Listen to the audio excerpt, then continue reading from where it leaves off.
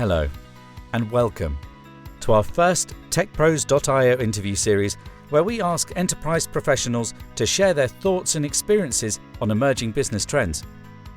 These are typically driven by technology innovation, changes in customer behavior, regulation, and other market disruptions. This first series, Brand versus Demand Activation, explores the strategies B2B marketing leaders are taking to engage buyers in today's content-rich world where meetings for the most part remain virtual. We explore the balance of spend between short-term sales lead generation and longer-term brand investments, the gradual merging of B2B and B2C, and the growing importance of fostering community with buyers. Today's interview is sponsored by Network Sunday, a business-to-human marketing agency in the UK which opens doors to the C-suite and accelerates business development for leading enterprise brands such as BT, Tata, HCL and Mindtree, all who sell high-value solutions to buyers in lengthy, unpredictable decision-making processes. Today's interview is with Marisa Jansen van Vuuren. Marisa is the Senior Vice President of Brand and Major Projects at NTT Limited, who are a leading global technology services company helping their clients enhance customer employee experience, transform cloud strategies, modernize networks, and strengthen cybersecurity. You can find Marisa at linkedin.com/in/Marisa-Jansen-van-Vuuren. In her interview, Marisa highlights the importance of purpose-driven brand identity to resonate with customers and employees, and also for talent retention and attraction.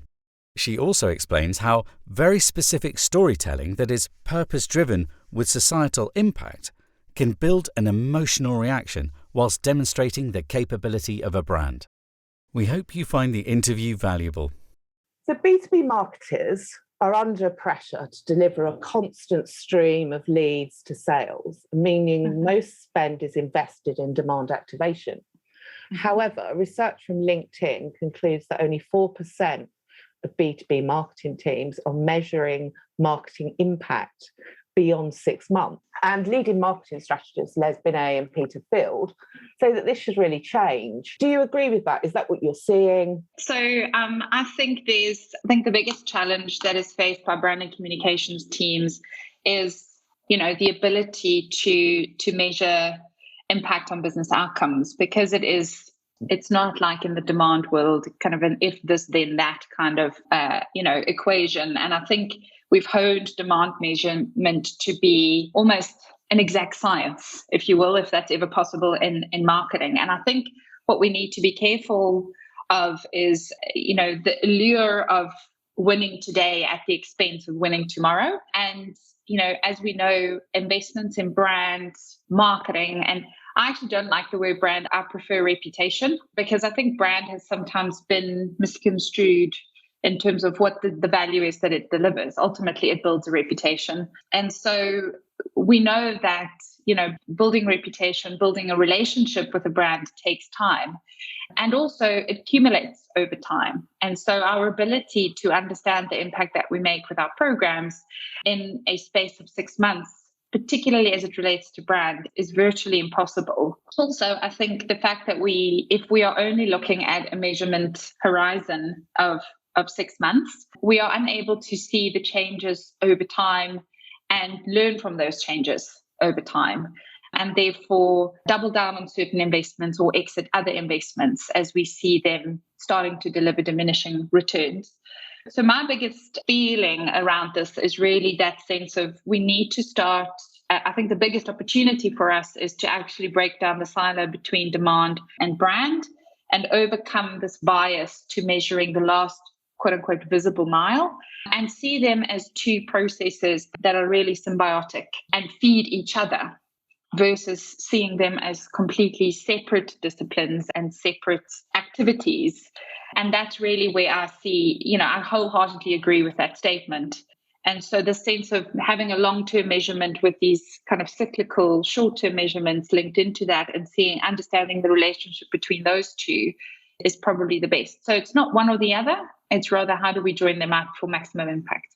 Whilst demand activation is critically important when buyers are in the market to make a purchase, the vast majority of buyers are not. Les Binet and Peter Field say brand marketing will secure future sales, which are more important than short-term sales for two reasons. Businesses are value-based on future sales, and there are many more buyers out of market than in market.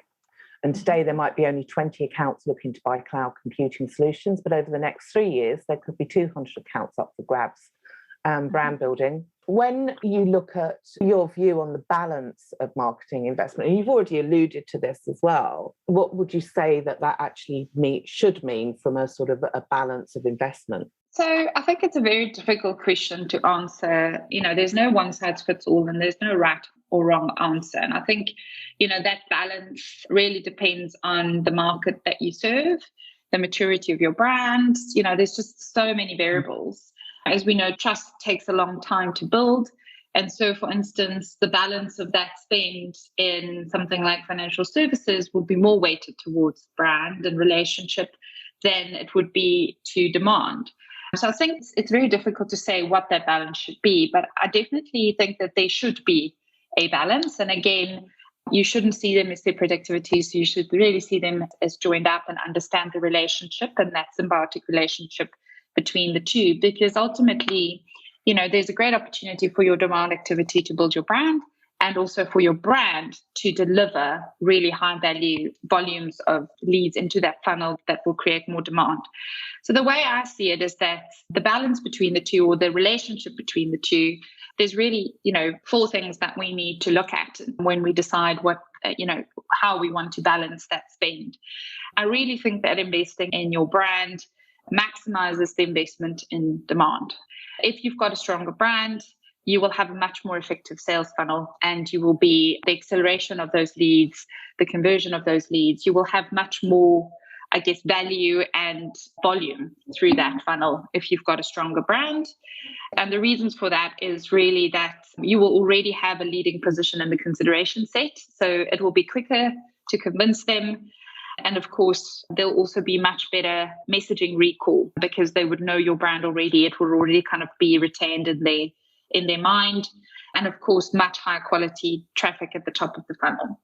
The second reason why we need to make sure that we understand the relationship and that it's balanced is, having a stronger brand improves the overall return on investment of marketing, because ultimately you will be able to have much more premium pricing. I think you'll have greater lifetime value of a client because you will be able to cross-sell and upsell a lot more if your brand is considered strong, trustworthy, and to be delivering value. And also, ultimately, over time, it will reduce the cost of acquisition of clients. So if you take your example, 20 accounts today, future there's 200. If you start now, small investments, that cost will not be massive in the future.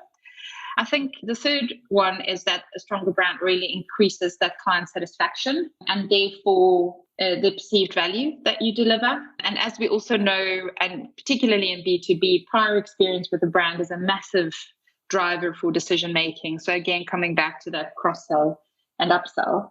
And I think lastly, a strong brand, particularly, I think when you get to that higher echelons of kind of saliency, is people want to be associated with it. And so advocacy, which is the gold dust, as my CMO would say, of any marketer, whether that be influencers, so press analysts and other types of influencers, but also clients advocating your brand. So really doing your work for you. And as we know, kind of advocacy is the strongest form of marketing, what other people say about you versus what you say about yourself. And so for me, there should be, for those 4 reasons, you should understand the relationship between the two and make sure you get the balance right for what's right for your business. And so that's my view on that. Talking about brand marketing could be described as creating more awareness and share of mind in the market, creating experiences which activate emotive and sensory journeys that cultivate human connections and relationships, and being the brand that people think of first when they're ready to buy. When it comes to actually the marketing initiatives that you put in place to create that outcome, what marketing initiatives can you think of that you've done recently, you're running, that aim to deliver that outcome? So what I normally focus on when it comes to building a brand or a reputation is storytelling, but very specific storytelling. So our and many brands are, and I would hazard a guess most brands are, purpose-driven organization, really looking at, I guess, that societal impact or, reducing your environmental impact. And so really looking at those stories that build an emotional connection, but at the same time delivers demonstrates the capability of the organization. So how do we do good by doing what we do and really bringing those stories to life in a way that explains what it is that you do? So I work in the technology industry. For person on the street, it's not always easy to understand what it is that we do. And actually, without using industry jargon, it's very difficult for me to even explain what it is that we do. But if I tell them a story about how we are protecting, the rhinos using networking, or we are delivering fan experiences for the Tour de France, or we are empowering the youth to innovate with purpose through video conferencing, etc., then people can actually start understanding the use cases.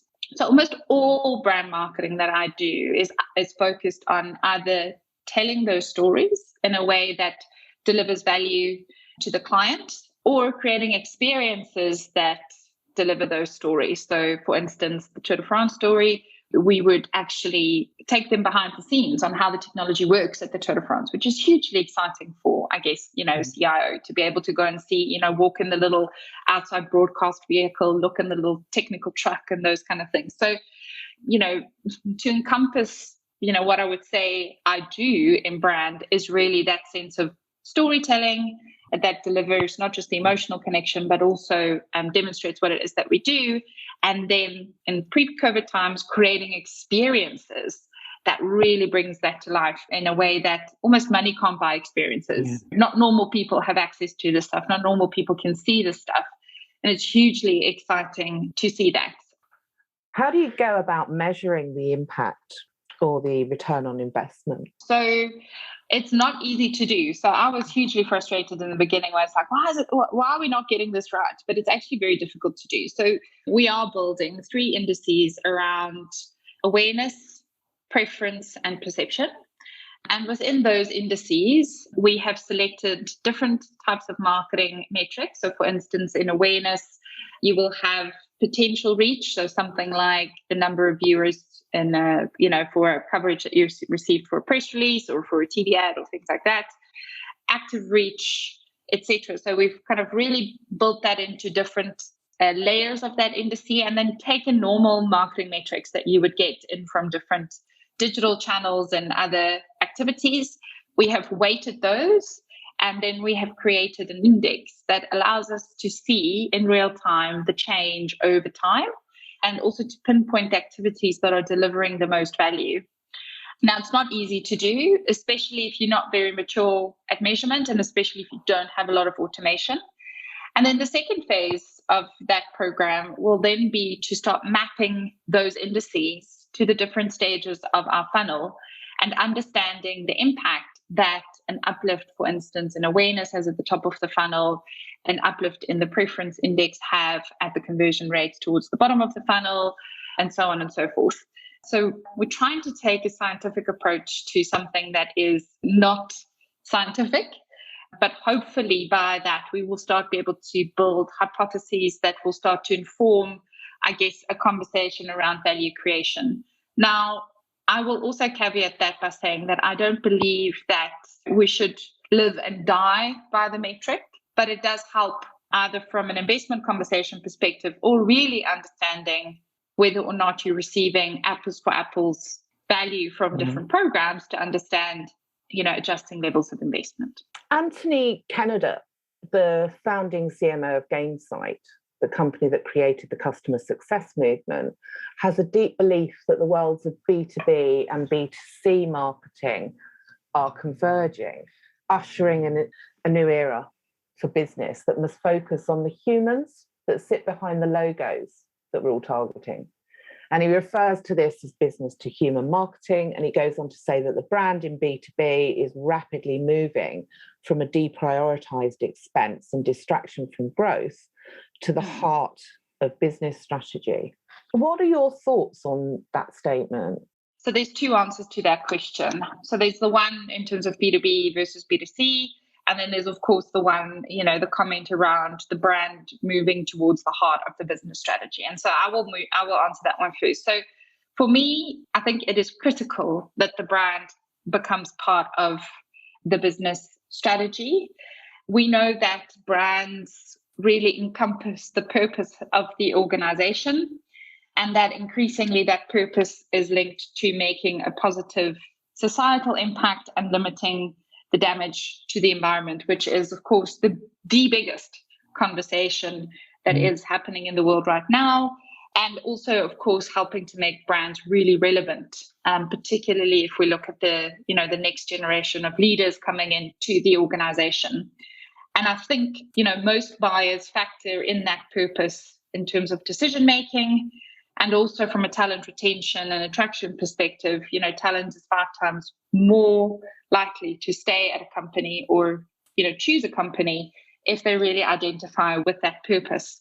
And so for me, if brand is not seen, particularly if you link it to that kind of societal and environmental aspect as core to the business strategy, then I think an organization is doing something wrong, not just from am I relevant to the people that I'm looking to serve perspective, but also if we take the second answer to that question from a marketing investment perspective. So from a business strategy perspective, I do believe that, the brand is critical for all the reasons that I've just mentioned, but also we know the wisdom of organizations with stronger brands, purpose-led brands, have been shown to outperform their peers in terms of financial returns. And that doesn't even count in the factor that in the future, non-financial reporting around ESGs and the Sustainable Development Goals will start to impact the share price as much as financial reporting will. If we really look at that answer around, B2B versus B2C, I really agree that, for me, there really is no difference. I think all buyers buy emotionally and justify rationally. The only difference is that a B2C buyer rationally justifies to themselves or to their husband if they use their credit card, and the B2B buyer would justify to a board. So they ultimately need to justify their purpose. I think B2C brands have been a lot more mature in terms of how they've invested in their brands to really build that emotional connection, because it helped them to win in that world where price-sensitive consumers were spoiled for choice. But I think with the rise of digital marketing, advances in technology, globalization, we now have a similar scenario that's playing out for B2B buyers. They are spoiled for choice. And I think all buyers now are holding brands to a higher standard of quality, ease of engagement, delivery of value, and also integrity when it comes to purpose. And so I do not believe that there really is a difference. And also we are seeing, particularly if you look at that study that you've referenced, the LinkedIn one, is that when they apply the wisdom of a B2C brand to the data of a B2B brand, those brands are behaving in very similar ways as well. So not just is the kind of the psychology stacking up, but also the data showing that those are very little difference between the two. Some marketers view their role as a support function to the sales team. And in most cases, sales are looking for immediate opportunities to meet their targets. When it comes to your marketing function, does that report into sales? It doesn't report into sales. It's standalone. And so we really view each other as business partners to each other, because I don't believe the one can do their job without the other, versus one is in service of the other. When it comes to that reporting line, what's your view on the importance of a separate reporting line for marketing to the CEO to avoid a potential conflict of interest between an arguably shorter-term view of the sales function and a longer-term view of the CEO board of shareholders? I do think that it's very important to have that separation, because I think it depends on the type of CMO that you've got.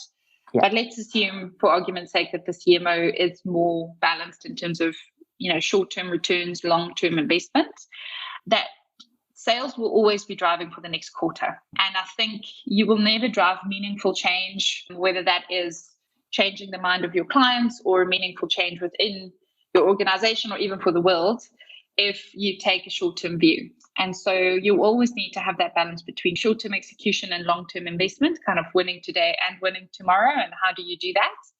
And by just having a quarterly sales-focused, I guess, message into the decision-making at that level does influence the ability for us to prioritize investment for long-term change. So I do think that there needs to be a balanced view, and potentially, and also having two reports does give you that healthy tension. When you've got different views and also overlapping priorities, then you do have that healthy tension of debate, which drives meaningful dialogue as well. So going back to key principles underlying business to human marketing, and that's defining the narrative in service to the individuals rather than the companies they work for, and helping them solve problems, meet their peers and mentors through engaging content and events. Anthony says their thought leadership helped align Gainsight with the movement they were creating in customer success.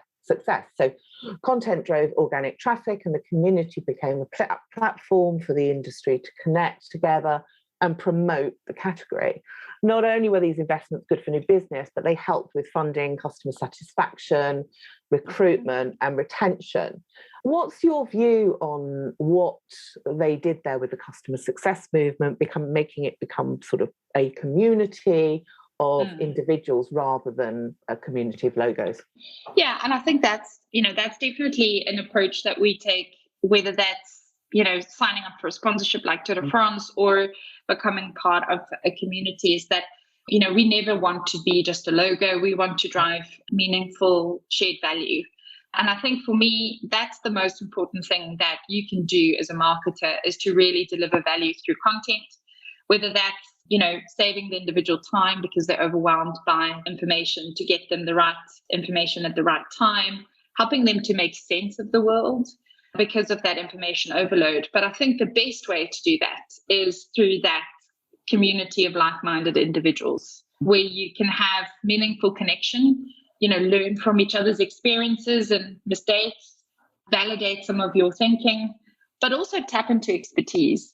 So as you get higher into any organization, there's too much for you to know. And so you have to rely on individuals and their expertise. And you may not always have those individuals in your team, nor do you need them in your team long term. And so that sense of delivering shared value, whether that's working on a project together or whether that's sharing expertise and knowledge, is something that's very important, I think, in building brands, because it creates relationships and meaningful connection. But also is probably the most value that you could deliver through any activity. Thanks for listening to this TechPros.io series, sponsored by Network Sunday, a leading UK business-to-human marketing agency. To learn more about TechPros and our programs, visit techpros.io, or to read the ebook associated with the series, which features our podcast guests and other leaders, please visit techpros.io/thought-leadership/marketing, which can also be found in the show notes below.